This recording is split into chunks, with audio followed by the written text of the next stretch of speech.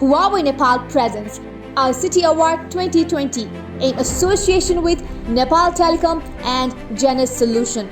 Powered by PhonePe, endorsed by Nepal Telecommunication Authority. Category sponsored by Ansel.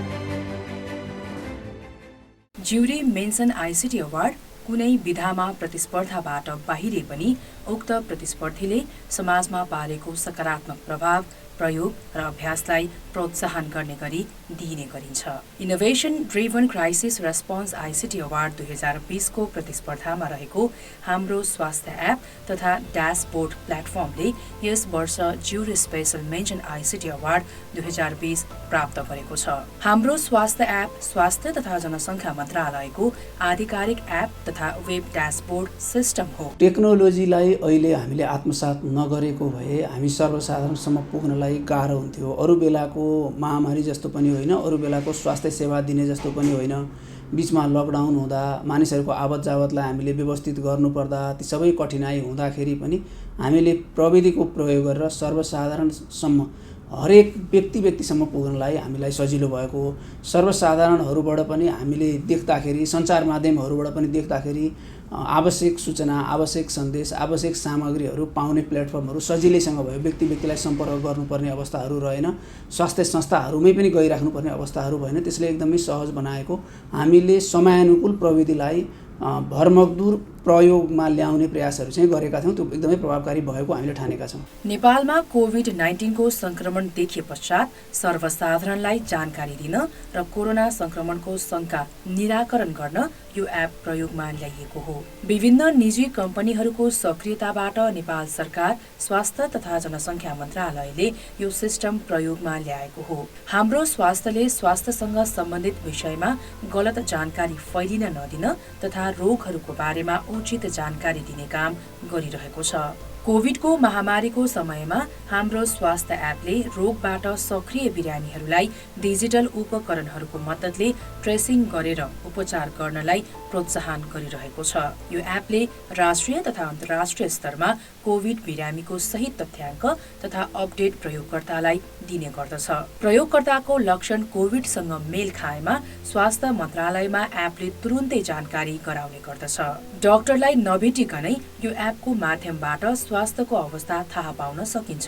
यस सिस्टमको मार्फत कसैलाई corona लागेको शंका भएमा रिपोर्ट पनि गर्न सकिन्छ। यस एपलाई 2 लाख भन्दा बढी चोटि डाउनलोड गरिसकिएको छ। 83,000 प्रयोगकर्ताले स्वयं मूल्याङ्कन पनि गरिसकेका छन्। एपले भविष्यमा एआई र डेटा साइन्सको प्रयोग गर्ने लक्ष्य राखेको छ। ब्लुटुथ प्रविधिको माध्यमबाट कोभिड बिरामीको ट्रेसिङ गर्न सकिने प्रविधि पनि यसमा थप गरिएको छ।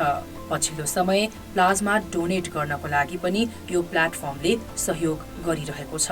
हाम्रो स्वास्थ्य एउटा यस्तो मोबाइल एप्लिकेसन हो जहाँनिर कोभिड-19 लक्षित धेरै कुराहरू हामीले यसमा समेटेका छौँ।